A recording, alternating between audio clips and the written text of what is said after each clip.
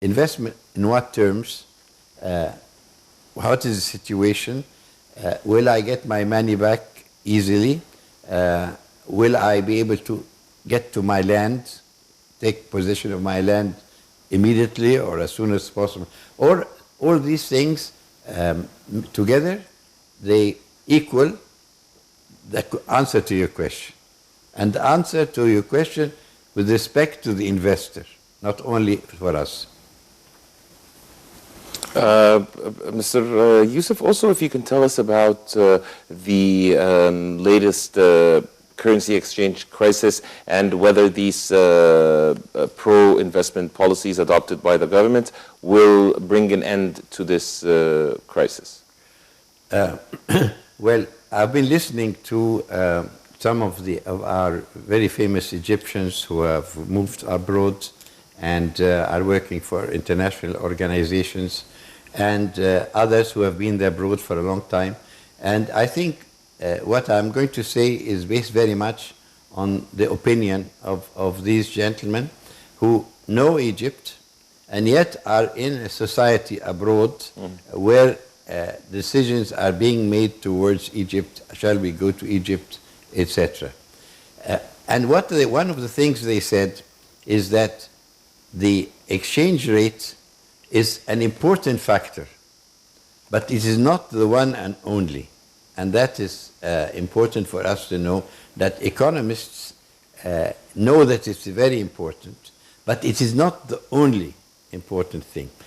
And also what they said, previous ministers working in organizations abroad, they also said stability is also one of the most important things, because anybody can make an investment if he knows what the land costs, what the labor costs are, what the rate of exchange is, and that's one of the elements, whether he can transfer his money easily or not. These are all the elements that make it a good investment or a bad investment. So, coming back directly to your question, you need to prop up your relation or your rate of exchange, as it is one of the most important factors. To go on from that, many economists will tell you, go back to your supply and demand.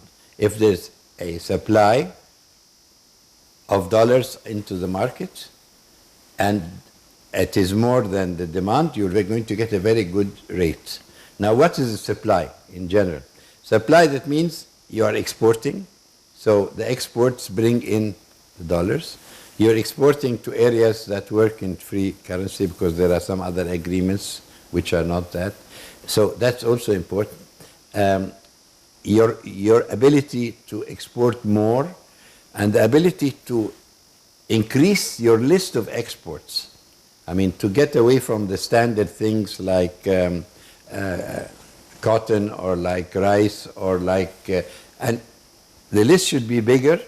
Things that we did not export before should be now be exported, so that the supply of dollars from these exports will balance our demand for them. So it's a complex way, and it can be adjusted by a number of things, and they should be done simultaneously as far as possible. If you go further on and see, okay, you want more investors, that means more people who bring in their dollars, you have to look at another number of things, and that is where the last meeting of the Supreme Council has remedied many of those subjects. When I talk to investors, or even when we talked before to investors, they told us, we're coming. I said, why are you coming to Egypt? And that was 10 years ago. So the first thing saying was, your labor costs are very reasonable and good. Your land costs are very reasonable and also even below international standards. The cost of electricity and the cost of gas is also cheaper. Very, let's say, very reasonable also. So you must take this into consideration and see, are we much further higher up on these things that investors now have to think twice before getting in or not, that is the real question. So it's a complex number of, I'm not trying to make it too difficult, but it's a complex number of things. And if you see what measures the government is trying to do at the moment, you'll find that many of these elements which I put in so that they're the basis of our discussion have or is being taken care of. There are also talks about the taxes, talking about in general about these measures, like the industrial lands in Upper Egypt for free. Yes. All these are important things also to exempt agricultural and industrial investments of taxes for 5 years. Do you think this can help on support? Definitely. Especially the I'm sorry I Egyptian didn't investments? bring in the taxes in my listing. But I think this is a very important point. And if you look at the 17 points, I think, that came out, taxation is one of the items that had a number of points. And it comes in different ways. It can be that you exempt people from taxes for a certain time.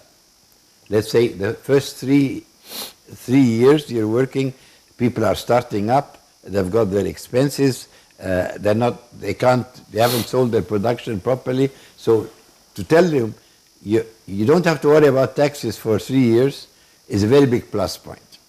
This is in taxes. In taxes, another way of doing it is not only to delay it, paying it, but also to reduce it. So if you say, I'm going to reduce taxes, or even better, no taxes, then it will be a big plus point amongst all the other plus points we said. Now, if you say you're going to reduce taxes in a certain area of Egypt, means that people will think, I should maybe move to this area. If this area gives me no taxation for a large amount of years, it can be a plus point to other areas. And that's what's happening now in Upper Egypt, where the general concept now is it's got land, it's got manpower, it's got... Actually, Egypt in ancient history was built by ancient Egypt. All the civilization of Egypt and all these temples that you see, all this was in Upper Egypt. So it's an enormous potential, and there are lots of industrial areas that now exist and only waiting for a nice formula or a comfortable formula for people to go to them. So this is also, if you want to direct your investment towards the Suez Canal, then you've got advantages of geography. If you don't have that of geography, and this is Upper Egypt, you can give it advantage in taxation. So you're quite right. One of the 17 items, or 2 or 3 actually of the... 3, yes. 3 of them, they have the item of taxes in different ways. There's another one, if you want to keep on talking about taxes, you know that small businesses and small industries, people who have got, let's say, small workshops, or they've got, there's a definition, of course, for small industries, medium industries. Well, definitely talking about the SMEs, because Yes. basically we're talking about the importance of SMEs, especially when it comes to build economy and providing job opportunities. Exactly. SMEs is small and medium enterprises. So it's not only industry, it's any other enterprise. It can be agriculture, it can be anything. And the SMEs, why do they always talk about them now? You don't need very big capital. You can start up very, very quickly. You don't need large amounts of power and all sorts of things. You don't need very large areas. And it can be a family business. It can be a friend's business. So it's a very simple formula for startup. And before I leave SMEs, don't forget that SMEs can be the basic of the large industries. If you take automobiles, there are about 2,500 parts which don't come from other like mammoth plants, but come from the SMEs. Sometimes you can call them SMEs, sometimes you can call them small, sometimes you can call them micro, which is even smaller. But all these come under idea. Less capital, maybe less qualification sometimes, and quick startups. So you're quite right.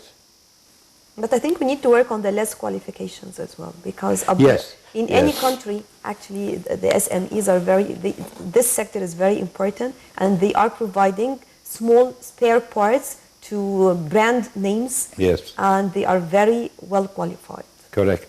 Even taking the clothing industry. The clothing industry. This is specifically what I was talking yes, about. I mean, it's easy example for people to understand. Take anything that you're wearing. You have the inside, let's say the inside cloth. You have got the buttons. You've got the, let's say, zip fasteners. You've got 100 different things. And these should come from similar enterprises. And the advantage of them, and sometimes we call them feeding industries, the advantage is that the client is there. You're not starting something and who shall I sell it to? So the client is there. The client is in the clothing industry. The client is in the, let's say, the pump industries to make pumps. The client is there. So you've got one area which is nicely taken care of. Mr. Youssef, also moving on to another point, the expected IMF loan. If you can tell us your take on the current situation and the policy, the economic reform policies adopted by the government. Well, let us say that nothing we've said in our discussions now doesn't come back to the same issue. Mm-hmm. The major loan, which now we've decided that it should be something that we should use, needs the first approvals, and it needs approvals for other organizations to fill in the gap between what the World Bank is giving to us and what we really need. And for these people to move, the World Bank looks at conditions, looks at investment possibilities, looks at many things. The next wave of people who are going to come in, they look at all these things we're trying to do now. Is there land? Is there labor? Is the power, electricity bill reasonable, etc.? So we are still playing more cards to make this last chunk of, let's say, financing that we need very attractive to people who have not done so until now. And I think personally that with the 17 points that came out in, let's say, in the last 24 hours, this will accelerate everybody who has not really joined the total financing of our needs, definitely. Well, to take benefit of all these measures, what must be the next step? Because the point is also, yes, we are providing many opportunities or taking measures to encourage investment. In the meantime, it's talking about what is happening when it comes to the exchange rate, and in addition to the whole situation, as you can see it in Egypt, talking about the inflation, talking about the prices, all of these things. So you have challenges from everywhere, yes, from all around. So how can we work on so as to proceed or to accelerate the application, to see the fruits? We need to see fruits immediately. I know it takes time, but the point is that the situation right now, the people, they need to see something on earth or on the ground. Yes, the people need to see something on the ground, and to see that, the investors have to see Egypt as a more attractive and getting more and more attractive place to go and to do their work. I think that at the moment, lots of things are happening which will make things get much better. But let me go back again. I'm trying always to look at people who want to come in. That's why we want them to come in. We want them to increase our supply of dollars. We want our exports to be more. So what do they complain about? I mean, if we know what they want or what they are not satisfied with, we can remedy them. If you talk to people, they will tell you, we want decisions. We want decisions that can be honored and kept, and we want them fast.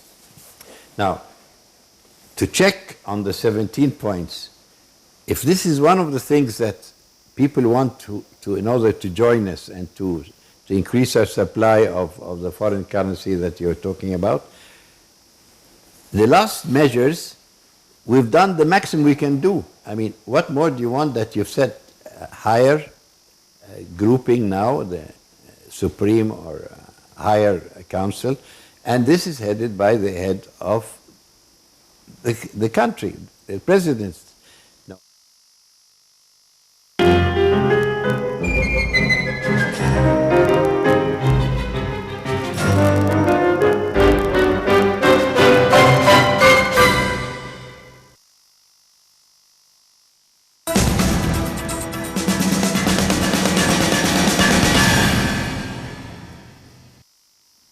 Two a.m. here in Cairo, time for the hourly top stories. As part of a raft of comprehensive reform program and the move to put an end to the parallel market, the Central Bank of Egypt decided to liberalize the pound. The bank said in a statement that it had moved to a liberalized exchange rate to create an environment for a reliable and sustainable supply of the foreign currency. It also decided to raise the interest rate on the lending and deposits for one night by 300 basis points to reach 14.75% and 15.75% respectively. The CBE governor said that the banks would work all days till 9 p.m. to carry out the selling and the purchasing operations of the currency, as well as the Egyptian experts' money transfers. He stressed that the decision would not impose the conditions for the selling foreign currencies, as it is ensuring the depositors' money at the banking system in all currencies. The decision of the CBE allows the banks to determine the pound's value through the interbank mechanism. At the press conference, Central Bank Governor Tariq Amir said that there was no going back, but that the central bank could intervene to control the prices. President Abdel Fattah al-Sisi held talks with the visiting Vice President of Equatorial Guinea, Theodore Obiang, in Cairo. The meeting tackled the recent developments in the African countries and the means of facing the challenges that impede the economic development of the African countries. Presidential spokesman Youssef said that Obiang handed an invitation to President al-Sisi to attend the 4th Arab-African Summit that will be held in Equatorial Guinea this month. Obiang said that his country is keen on enhancing cooperation between the two countries in different fields, stressing the role of the Egyptian companies in the development process of his country. And finally, the Minister of Foreign Affairs, Samah Shukri, received Fathi al-Mijbari, the Vice President of the Libyan Presidential Council, currently visiting Cairo, in the frame of following up the role that Egypt is playing in support of the Libyan cause. Foreign Ministry spokesman Ahmed Abu Zaid said that Shukri stressed that Egypt is keen on supporting the reconciliation among the different Libyan factions to reach a way to implement a Sukhairat agreement. On his part, Al-Mijbari hailed the Egyptian efforts to help Libya reach stability and fight terrorism, as well as enable the Libyan factions to work together for the sake of the national interest of their country. These were the latest top stories. Thank you for watching, and goodbye.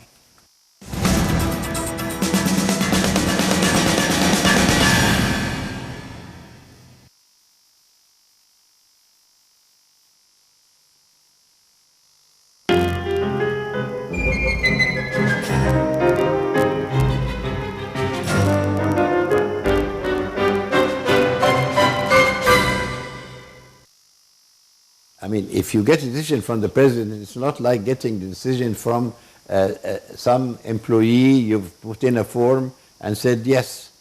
So the main thing, they want decisions, they want it serious, they want it fast. Now, if you had looked in these 17 points that came out, you'll find that many things are bound by time. If you join your taxes, or you open your tax folder, in 3 months you will get an advantage. If you pay your land in 2 to 3 months, you will get an advantage. So here you see, for maybe the first time, black and white, that time is now being used as a factor. And this is what people are complaining about. I came to Egypt and I put in my application, I didn't get an answer, I came back twice, and now 6 months. Now, you're getting for the Egyptian organizations to work, you're getting timing. And I think that is going to be, if this is all kept in, it's going to be followed up, because the whole system is a tremendous follow-up situation, you see. So with the time as a factor, you're going to get lots of positive things. I'm trying to look at it always not as we in Egypt, what do we want? Oh yes, we want dollars, we want investors. Now, but the banks are going to give us loans. What do they want from us? We've got to find out. The investors want to make a decision. Here, or shall I move to the Far East? You know, the president of Singapore was here in the last few days. Look at Singapore, look at Hong Kong, look at Malaysia. These are all, I mean, let's call it friendly competitors, but they're competitors. Of course, we have got advantages. Singapore doesn't have the land. We have lots of land, and we're increasing by having these new cities, new areas. So we have a big advantage over, let's say, Singapore. Singapore has got a tremendous advantage on labor. Labor is very disciplined, hardworking, etc. And they have done something that they have looked at where do we want investors. If it's in the clothing industry, they have been training people in the clothing industry even before they started the investment.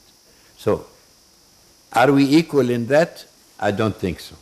The Far Eastern worker is more committed, at the moment maybe better trained, but the Egyptian worker is, or lady worker or female worker, is very intent on work, wants to work, is ability to have surges of energy.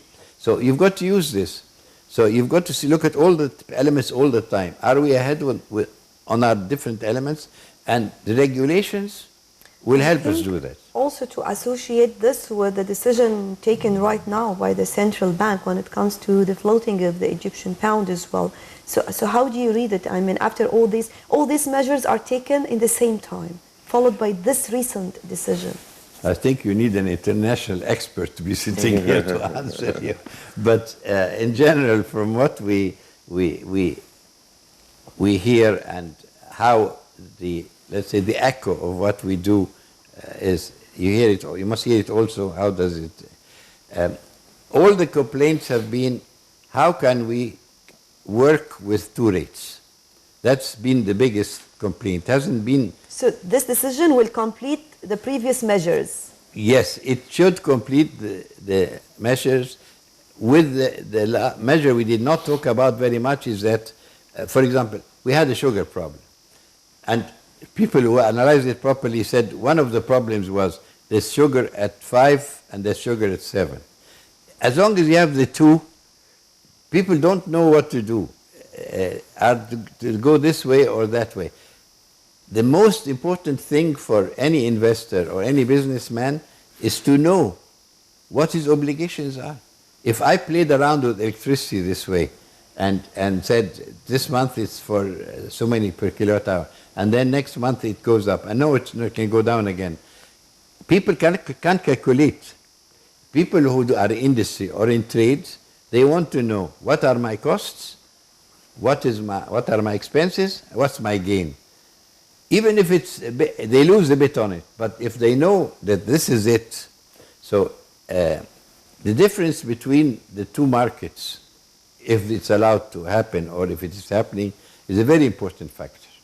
And we hope that, of course, you have got to calculate it properly. I mean, if you say, I'm going to take 11 as a number now, maybe it's difficult to achieve it. You have to have enough production, enough export, enough foreign currency in the country to balance it at 11. So the job what is the right figure to keep us working is very important. And I'm sure, or I hope that this is On magic right here, number. I think 13. Yes, I think the dollar is going to, the $1 is going to be worth 13 Egyptian pounds. Ah, that's even better. Yes, I was a bit surprised But do you think at this the will first figure I control or heard. fix the price or control the black market? How do you see it? Do you think Look, many people, there are different schools in this. So there are schools saying, on this we have seen it in other parts of the world, be very tough. Anybody who deviates will be out of the market, close down this, close down that, etc. This is a school. The other school is make it reasonable, make sure there are enough dollars coming into the market, and how can they sell if there's so many?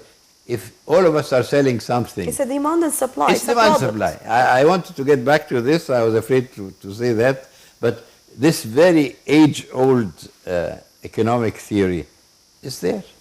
If you've got only 2 cars and it's an open market and you've got 15 customers, you can push it up. But if you've got 2 customers and 15 cars, you can't push it up because the customer has the choice. So I think it's very reasonable to put a figure like that. But I want to say you must maintain it. That means, how can you maintain it? You must be sure that as this group of very important Egyptians in the business decided not to go all out and rush and keep on buying dollars, to keep quiet a bit so that there won't be any rush on the dollars, so the dollars will go down again. Also, there should be an equal amount of exporting, new areas, going out, improving. For example, rice. We've got tremendous large rice crop, but we have been not exporting it because we want to make sure the local markets are happy and we can give it that 5. Economists will tell you it doesn't matter if it's 5 or it's 7, which they made lately, or even if it's 9. But if you export it and you get the dollars in, everything will be balanced. So you must not look at a very narrow, let's say, horizon. You must see how everything works. And I think with decision making right at the top, with guidelines for everything that's happening, with time schedules, I think things will get much better. Sir, as we're almost wrapping it up, your final notes and recommendations. Well, I think the recommendations should not be from my sofa here. The recommendations actually have been implemented. I would say that I know everybody is very anxious when they are in the media to come out with flashy ideas, etc. But if you see that we are recording at a time where the maximum number of decisions have happened, so I don't think that it's useful to try and throw in another recommendation. The recommendation that anybody, and I'm sure you'll agree, is that let us get this thing done properly. Let us follow up on what has been decided, take it very seriously, make sure that the people who are going to get plots of land get them, make sure that all these recommendations that are there are implemented on time. Let's make sure that this supreme, let's say, organization or council is going to meet very often. I think it's going to be every month. That they keep the pressure on everything, not let anything go astray. I think that's the recommendation. Let us get what we have decided. We as economists, international friends of Egypt, the World Bank, the businessmen of Egypt, they have decided that this is the right formula. The recommendation is, let's get it done properly.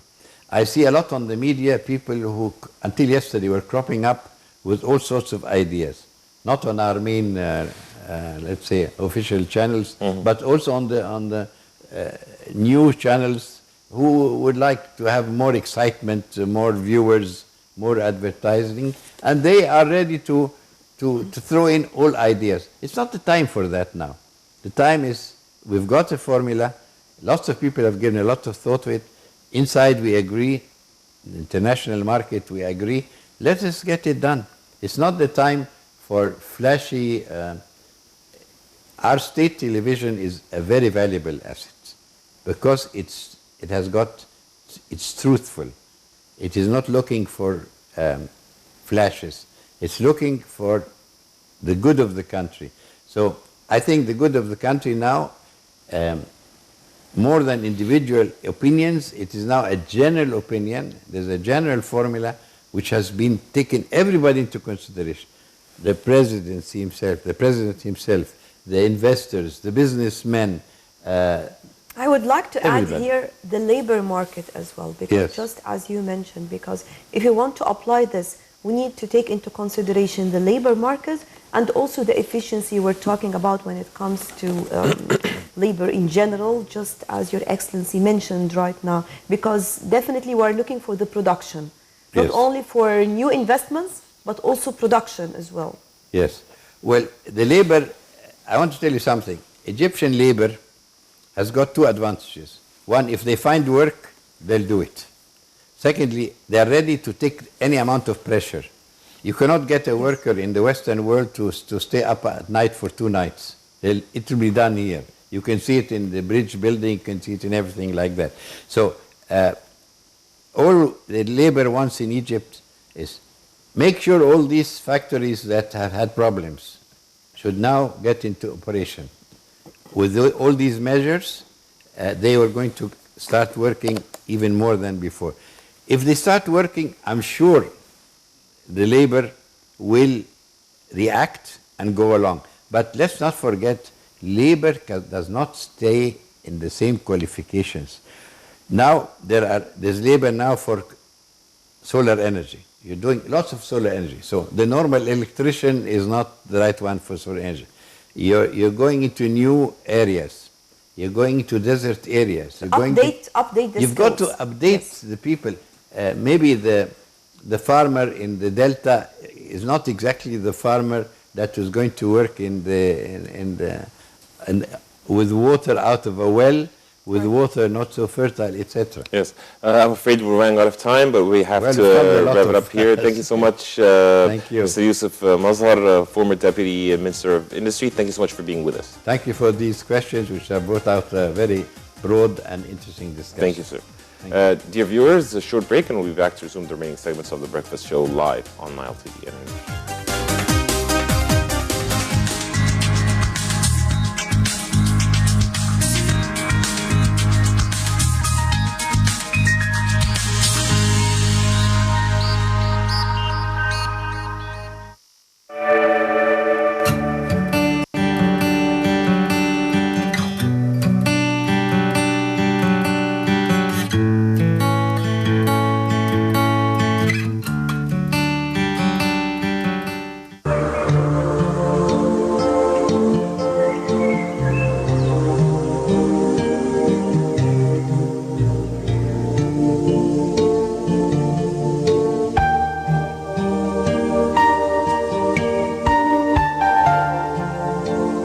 Sarai al-Gezira Street is one of the main streets of Zamalek district, overlooking mostly on the eastern side of the Nile, where there are many floating tourist restaurants and public parks. The street begins from the Opera Square at the end of the Qasr al-Nil Bridge, where the Saad Zaghloul statue stands, and then extends, breaking Zamalek neighborhood, where it passes from the bottom of the 6th of October Bridge, cross-cutting with the most important street of the neighborhood and intersecting with El Borg, meaning Tower Street, which there are one of the main landmarks in Cairo, the Cairo Tower.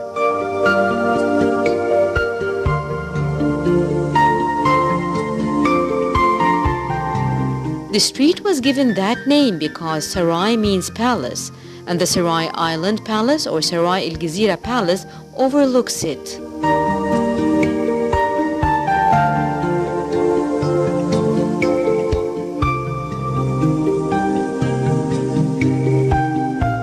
The palace was built by Khedive Ismail to receive guests at the opening ceremony of the Suez Canal.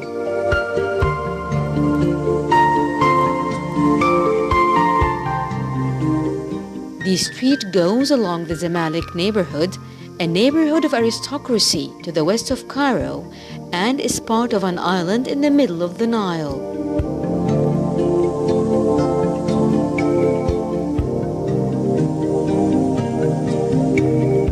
Zamalek means log cabin or nest, and it was known to be the residence of most artists and Egyptian singers like Kulthum and Muhammad Abdul Wahab and Abdul Halim Hafiz.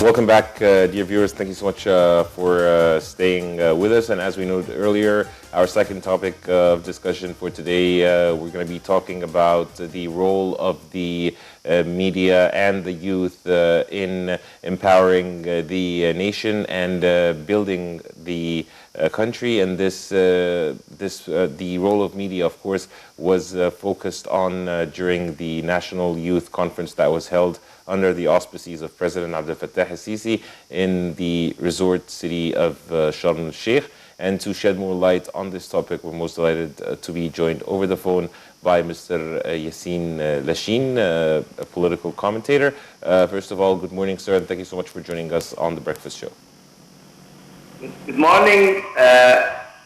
Good morning, but I can't hear you. Can you hear me clearly now, sir? I can't hear you. There is something in the telephone line. Okay, so we'll try to get you back, Mr. Yassin, when we have this technical difficulty solved. I'm not sure, again, if you can hear us or not. Can you hear us now, sir? Can you hear us? No, I can't even understand your question now because the line is too bad. So you can hear me, sir, asking the question, right? Well, as far as I can catch your words, I can see that you are asking about the youth conference in Egypt held by President Abdel Fattah al-Sisi. How can we use it and the media to build this country again? Is this right? Is this right, sir? Yes, thank you so much, Mr. Yassin Lashin, a political commentator. Thank you so much for joining us and commenting on the, of course, the National Youth Conference that was taking place in the city of Sharm el-Sheikh that has gathered around 3,000 youth, and the president sat with those youth, and they had shared their contributions and thoughts with the Egyptian president. And dear viewers, now moving on to a short break, and we'll be back to resume the remaining segments of The Breakfast Show live on Nile TV International.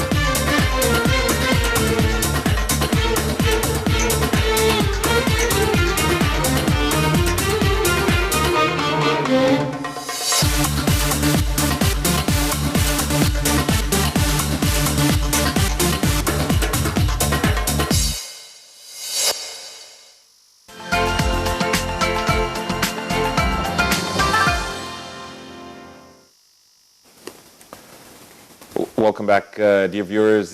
You're still watching The Breakfast Show, and yesterday the Egyptian President Abdel Fattah al-Sisi, as well as the Foreign Minister, had met with the Azerbaijani Foreign Minister Elmar Mehmedyarov, and the Egyptian President had hailed the Egyptian Azerbaijani relations, and of course the Foreign Minister had sent an invitation or gave an invitation to President Abdel Fattah al-Sisi, inviting him to visit Azerbaijan. And of course Sameh Shoukry, the Foreign Minister, met with his Azerbaijani counterpart, and in light of these meetings, Nile TV's Taghreed Hussein conducted an interview with Sameh Shoukry to give us the latest about this visit, and of course about other regional and the Egyptian foreign diplomacy. Let's take a listen.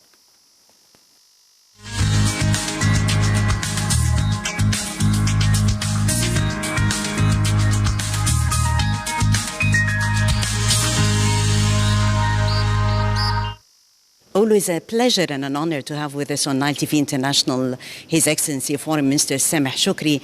Well, Excellency, thank you so much for joining us on Nile TV. Today it has been the meeting with the Azerbaijani Foreign Minister, a very significant visit while we see Egypt opening up to the world. If we're talking about the main significance of the Azerbaijani Minister visit, and what are the main priorities that are your agenda in the coming stage?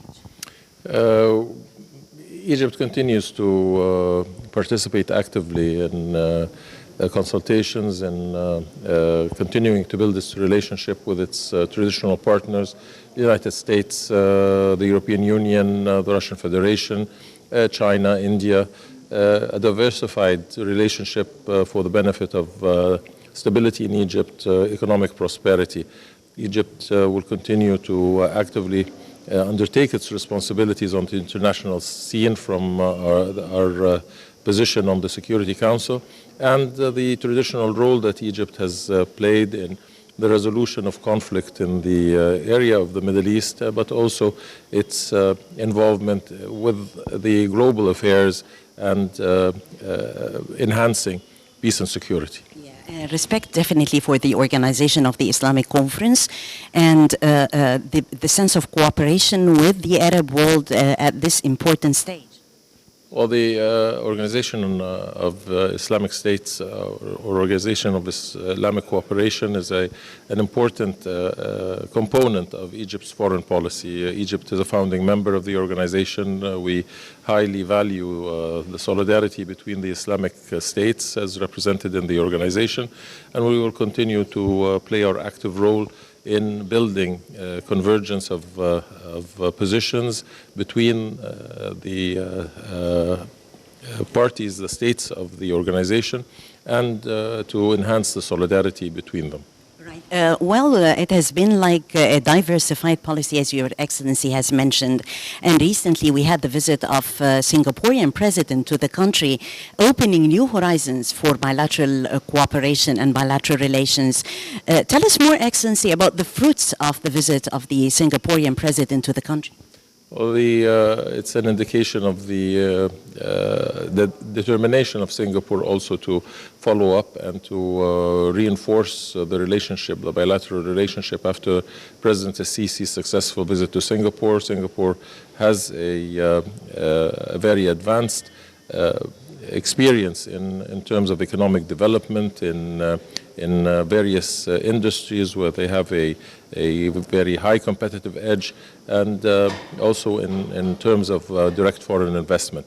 I believe that this engagement is indicative that the two sides are working diligently to find avenues of cooperation and to be mutually supporting. The upcoming visit, Excellency, by the President to Portugal opens other horizons of cooperation. And as we see Egypt opening up to the whole world with a sense of strength, with a sense of a win-win situation and a sense of partnership with the different countries. Well, that is exactly the case, that it is a mutually beneficial relationship, that Egypt has much to offer, as do our partners. And Portugal is an important member of the European Union. It is a Mediterranean partner with Egypt, and we will continue to enhance our cooperation for the benefit of the two countries and to build bridges of understanding and also determination to meet the challenges that we all face, whether it's in regaining stability and security in the Mediterranean or in the fight against terrorism. Excellency Foreign Minister Sameh Shoukry, thank you so much, Excellency, for your time. Thank you.